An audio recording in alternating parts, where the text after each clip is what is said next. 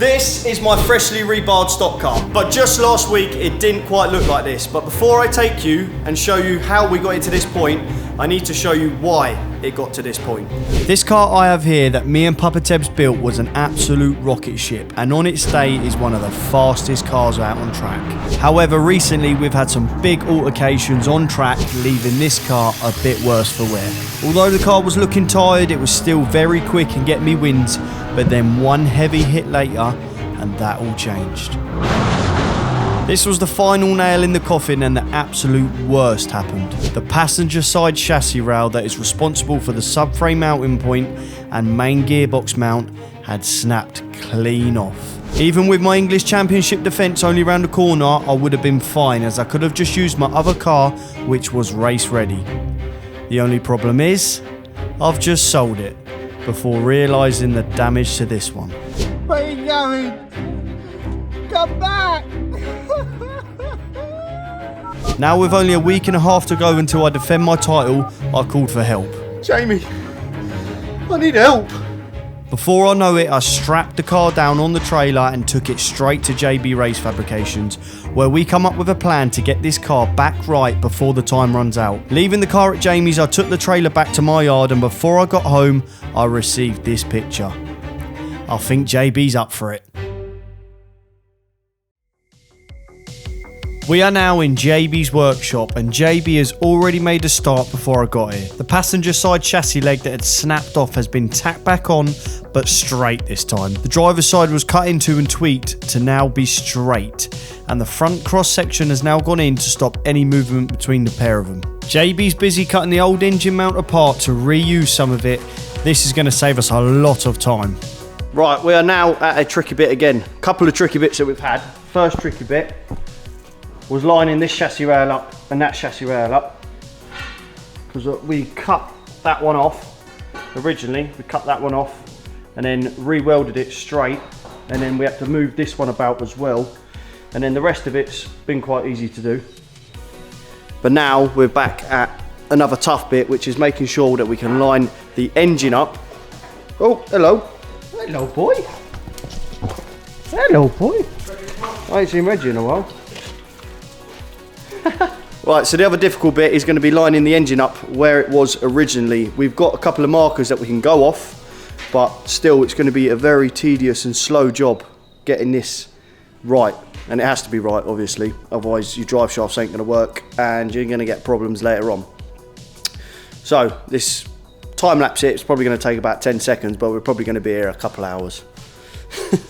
And then once the engine mount's done, the quick bit, I was just cutting all the teeth and the two bits for the bumper as well, and once the engine's in and the mounts are done and it's where it needs to be, the rest of it should hopefully fly by. And then obviously we got a load of other bits to do. We got holes in there, we got wheel guards to do, still got plenty to do, but just need to get over this hurdle of the engine in the right place. And this could be my future car. That's what it should look like, nice and straight. JB is busy here pre-drilling all of the box section that the engine mount is going to sit on and bolt onto to keep it bolted in the car. So actually, right, first time or what? Yeah.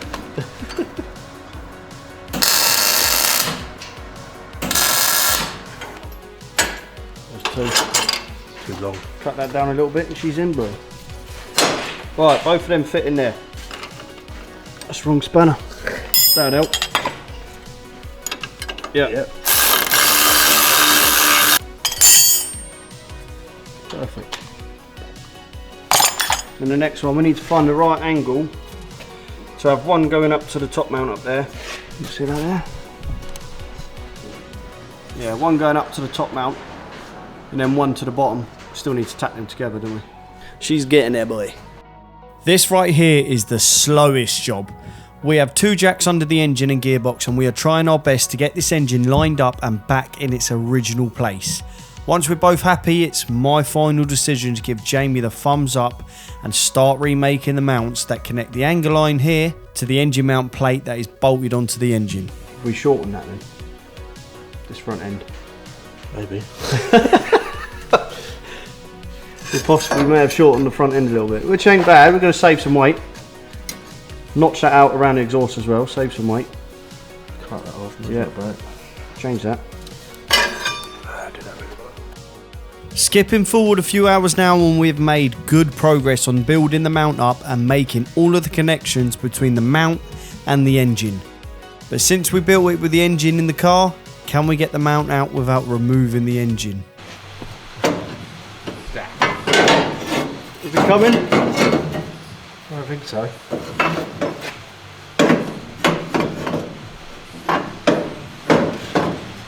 Oh. I'm so far. I'm so far. Bosh. That does look pretty overkill, doesn't it? Right.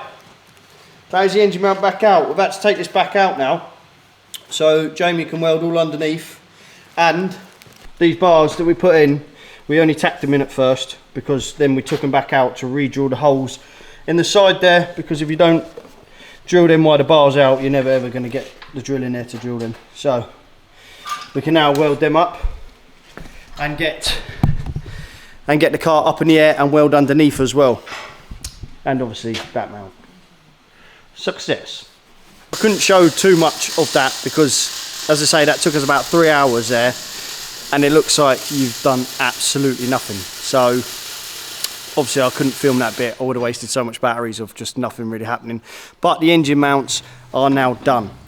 He's just welding up that last bit, and then once he's done that, we can then crack on with the rest of the metalwork, which would be front bumper, that rear corner that I've cut off, side panels as well that have all got rips in, and the bars that are behind the side panels have ripped off as well. So, but that stuff is a little bit quicker than the 3 hours worth of engine mounts. If anyone's ever done engine mounts and stuff like that, where you've got to make sure the engine is bang on, it's got to be in the right place, then you'll know exactly, the trouble that we just went through. But the thing is, you've got to take your time with these. If you just can't say, we was going to try save as much as we could of that metal and not cut it back as far, but then you end up bodging it and it's not going to be right. And especially when you need, this is going to be the primary car that we use at the minute. We wanted to get it bang on. And it's another reason why I brought it to Jamie instead of ending up slashing it myself.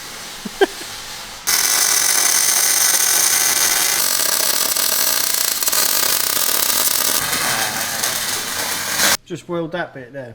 Just so look in the camera, looking at that, and the camera just sees that. Look, just go over that again. That was me. That was definitely me.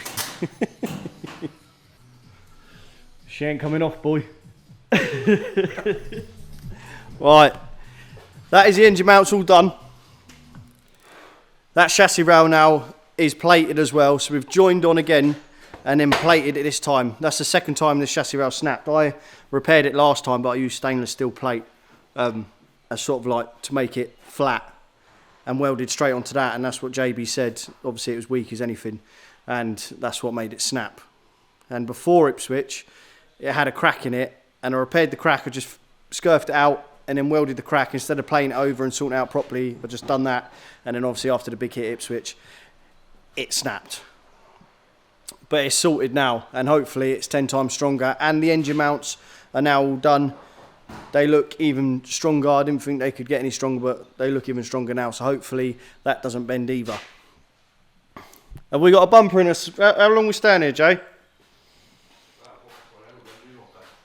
I don't tap out. Whenever you want to go, mate, I'm here for the day. Obviously, I'm not here tomorrow or Monday, so it's up to you. I'll go whenever you want to go, mate. I'm here till you're done.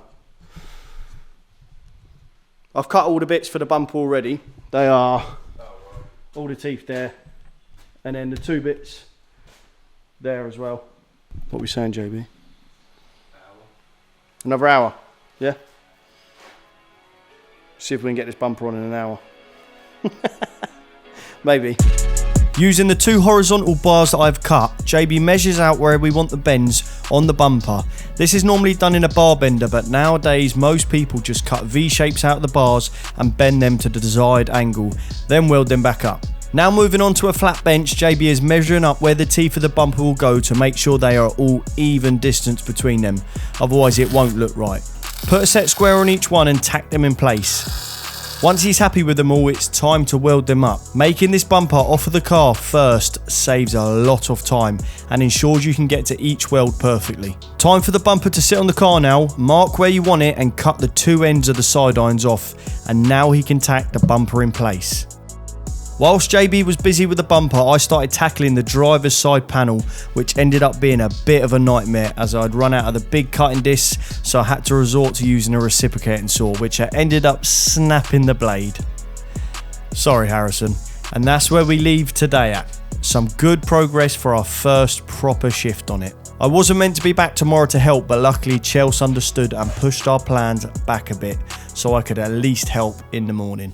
Right, come out of JB's way. We are back for another day out here. JB got here a bit earlier. I had to go screw fix and get a few more cutting discs because I've got to carry on cutting this side out. So while I'm doing that, JB is now carrying on with the front, the little 30x30 connecting bars on. What else is after that on the bumper? That's it, connecting bars, rubbing iron. That's it. And then we can crack on with the other bits. Front bumper's nearly there. Now I've managed to cut the driver's side off, I've cut 3 new chicken bars, and now I have to cut the new piece of 3mm plate to replace the old wrecked one. Once I'm happy with it, it's time to scurf up any edges or rough bits ready to be welded back on. Jamie's flat out adding all of the small pieces to the bumper, and I make a start cutting the passenger side holes out and cutting the brand new plate for it. Right, that is where I'm leaving Jamie. Not a bad shift at all. I wasn't even meant to be here today, but luckily I've managed to convince Chelsea to come along and help Jamie just for a few more hours just to try and help push it along. He's just about finished the front bumper. I've cut the driver's side for him, all of the chicken bars and the plate. I've cut the passenger side plate for him as well. I've cut the passenger wheel guard for him. All he's got to do, I say all he's got to do, is the back right corner and obviously shape up any of the cuts that I've done. But we have made brilliant progress, and that is one of the reasons why I bought it to Jamie, because I know we would be able to get it done in time. And I'm not going to be able to touch the car now for about 3 or 4 days. We are on our way to Skegness on Sunday. Today is Saturday. Tomorrow we're on our way to Skegness, ready to race our brand new banger that we picked up, that we're going to be picking up on Monday. So I ain't going to have any time until Tuesday, so I've got a good few days off to come pick it up. And Jamie has said bring the trailer, so we'll be done Tuesday. And then I'll get it back to our yard, and then we've got plenty of work to get on with when we get back to our yard. We've got paint, set up, doodahs, meeting checks, you know how it is. But good shift. Good shift. Can't wait to see that finished now and painted. Right, I am back. It is Tuesday. I did say that Tuesday I will be picking up the Adam, and Jamie agreed Tuesday I picked the Adam up. I have texted Jamie. Jamie says it is ready. I left him with not a lot to do. You just see the clip before, not a lot to do, sort of. And I've just messaged him and he said it's fine, it's done, come pick it up. So I've just got back from a manic Skegness last night. I got back at 2 o'clock in the morning, up to work at 5:30, gonna bore you with this now, and finished work, and now we're about to shoot to JB. It's about 45-50 minutes. Hopefully he's there waiting when I get there. We can load the Radom up on the trailer, bring it back, and then we have got plenty of jobs to crack on with, so let's get over there now. And just as expected, here she is. A lot of time and thought has gone into getting this car back to this state, and I definitely wouldn't have done it in time without the help of JB. So thank you, mate. Now let's get her loaded and get her home. Right, that is the Radom back in the garage. Unfortunately tonight I cannot carry on. Tonight is Tuesday, if I haven't said it already. Wednesday I'm busy, I cannot carry on with this car. So that means I've only got Thursday and Friday to get it ready.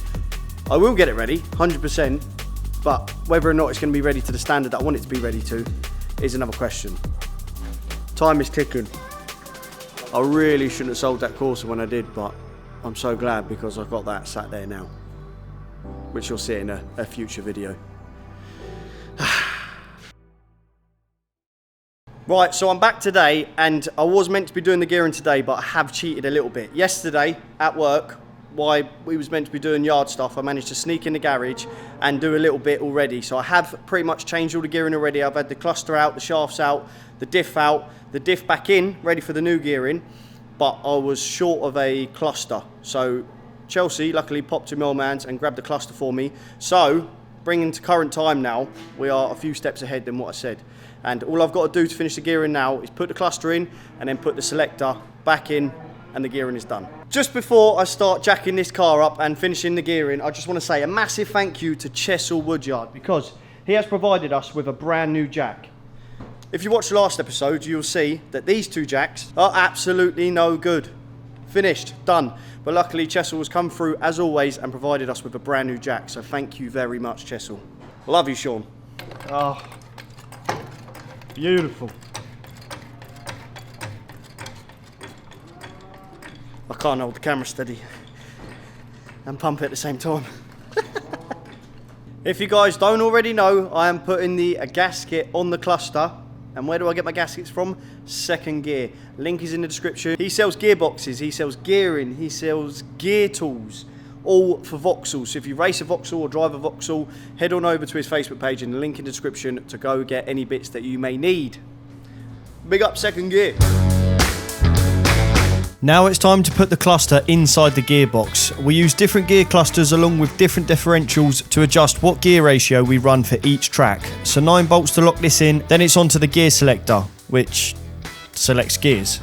This has 2 cables connected onto it, which are connected to your gear stick.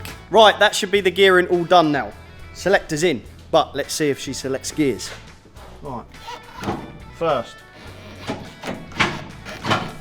reverse. Lovely.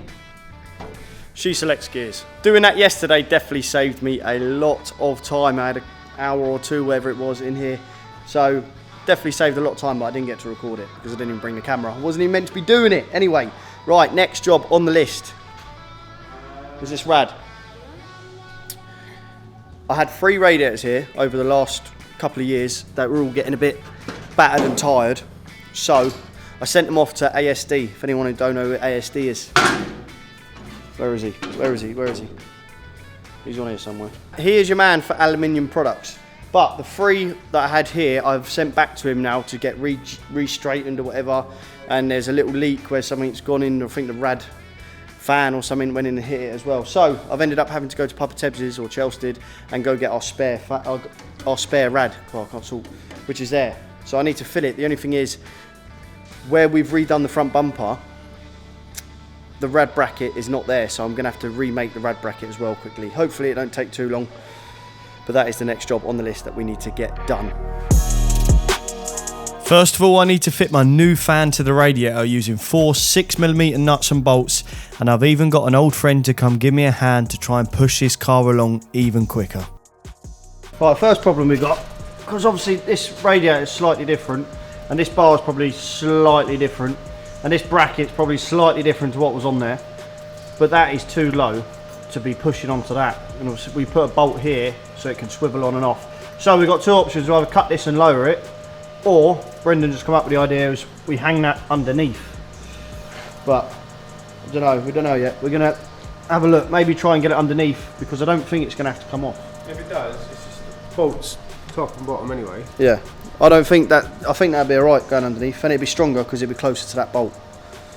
So, solutions, not problems.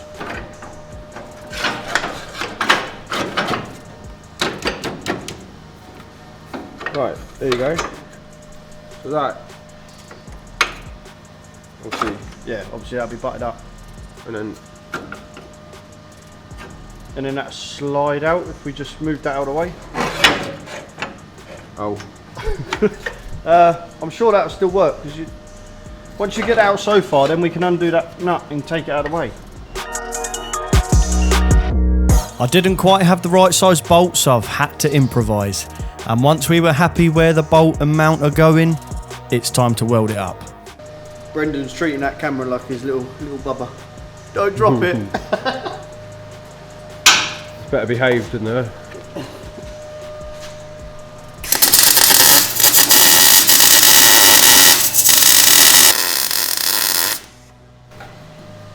Sweet. Right, we ain't got no padding for it. Unless.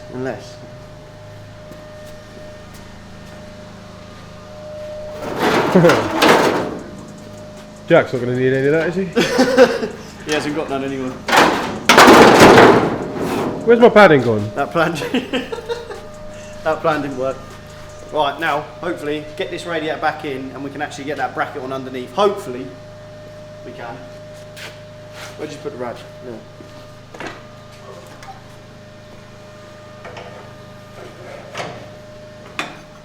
Oh. Good. She's in, mate. That's hot, I think. That's still hot. Right, do you want temp 2? That's when you probably should wait a minute, but I can't be arsed. Something bit me. It was a bullet, wasn't it?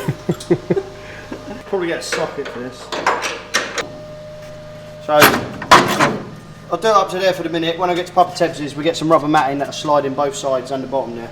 But that's done. Rad, fan, wire her up. Let's make sure she works. Ready? Yeah, go on. She's a beauty. Is it blowing or sucking? She's sucking. She's sucking, boy. Is that what you want? Yeah. She's sucking, boy. Right, well that worked. Next thing we do, Bren, plumb these up. Do them two up, and that one, I'll go grab the water, and now we'll fill her up and see if she's got any leaks. Oh, hopefully not. Right, have we got any leaks, Bren? Other than me spilling this. Cock-a-leaky soup. Let's have a look. Only the drippage from me, hopefully. Yeah. I hope it's not from you. Oh, well, from my side then. Can't see any. I've got a pressure tester for that as well, but...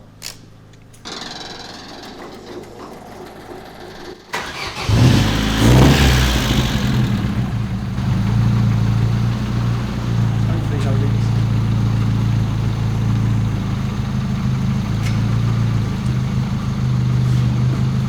That is another job ticked off the list. Put Jack's new air filter back on. Radiator done. Now we're going to jump on scaling it. So that means get rid of all this crap here, get the bonnet back on, run it on scales, and then adjust it to how we want. Getting the cross weight right, making sure the inside weight is right, obviously, because it is a championship, so we need to double, triple check. And that's it. Poundages, cross weight, and inside weight. Let's do it. I definitely don't think you can keep on top of where you're at with your car set up without a set of scales. I'm not saying it's impossible, I just think you'll save a lot of time getting it right on the scales first before heading to a meeting. The setup book's out and luckily it's just a few tweaks to get her where I want her. Right, that is the car all set up. Just going to check the toenail, but that's the car all scaled. Just going to check the toenail, double check the wheelbase as well to make sure we're bang on. Kid, Kurt asked me to come round for the muscles, kid. Right, we've got a new toy. Not me. Yankee. Right, we've got turning plates. I have absolutely no idea how to use them, so I'm going to make a couple of phone calls now and try and learn basically. I've been told a few times to get these, so they come up at the right price and I picked them up and now we've got them, so we just got to learn how to use them now. It's stuff like this, getting out of your comfort zone and learning new things and not being afraid to ask for help is what will set you apart from the rest. And constantly learning all the time, this is something I have learned in my adult life and I believe it has helped me in many ways. Right, that is the setup all done. We whacked it on the turn plates and after a couple of phone calls, Hazard coming in from HMC Horseboxes who uses it on track days, I believe, and actually lining up real road cars, like they're not all real road cars, and it's where we want it to be. So it's not like we was miles off and it was hindering us, it's actually where we want it to be, which is a good sign. What you have just missed there is the roof being taken off. Brendan had to shoot quickly and the camera weren't on, so we just quickly took the roof off. I am now going to prep this for paint. There's obviously a lot of bare metal on here that needs to be painted. We need to have it looking sort of smart for the English Championship, for us to go and defend the English Championship this Saturday. The only thing is I haven't got a sign writer to come round in time, so the sides ain't going to be sign written, but at least they're going to be nicely painted. I've got to set the spray gun up again. Normally Papa Tebs does the painting, but I've now taken over the role doing the painting. So I've got to set the spray gun up and make sure I get it right. Last time I did paint the Corsa, and it actually come out all right, to be fair. It's not as hard as I thought it is, but I've actually emptied the gun out now, cleaned it all out, so the settings are not going to be the same, so I've got to put it back together. I'll probably ring up Papa Tebs. Help me! Let's get this car painted. This is another one of them things, the more you do it, the better you will get. I was struggling to mask this car up properly and starting to get tired, but today was the final evening I had to get this car ready, so it had to be done. Once the car was masked, it was time to mix the paint, hardeners and thinners up. I struggled so badly at first with the settings on the gun, but after a while I slowly started getting there.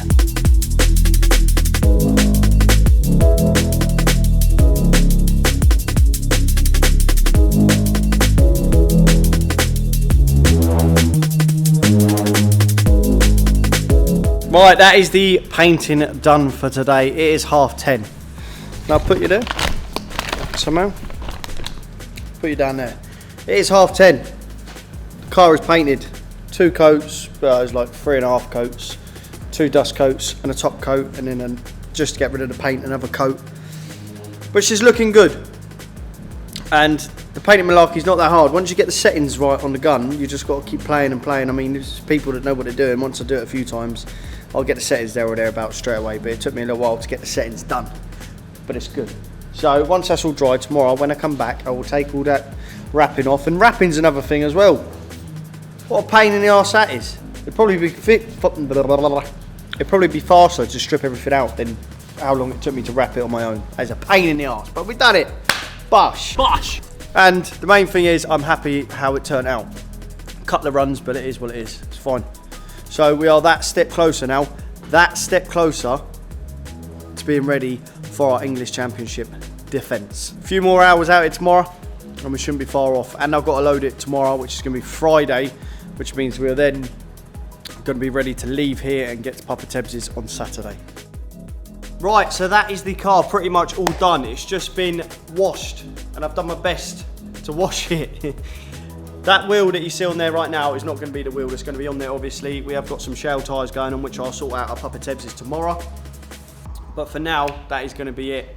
The Radom is ready. We are ready to defend our English Championship. We have held it for 2 years now. But I'm not ready to give it up. We're going for the third. We're going for the three-peat. If you did enjoy this video, don't forget to like and subscribe. And we'll see you in the next one.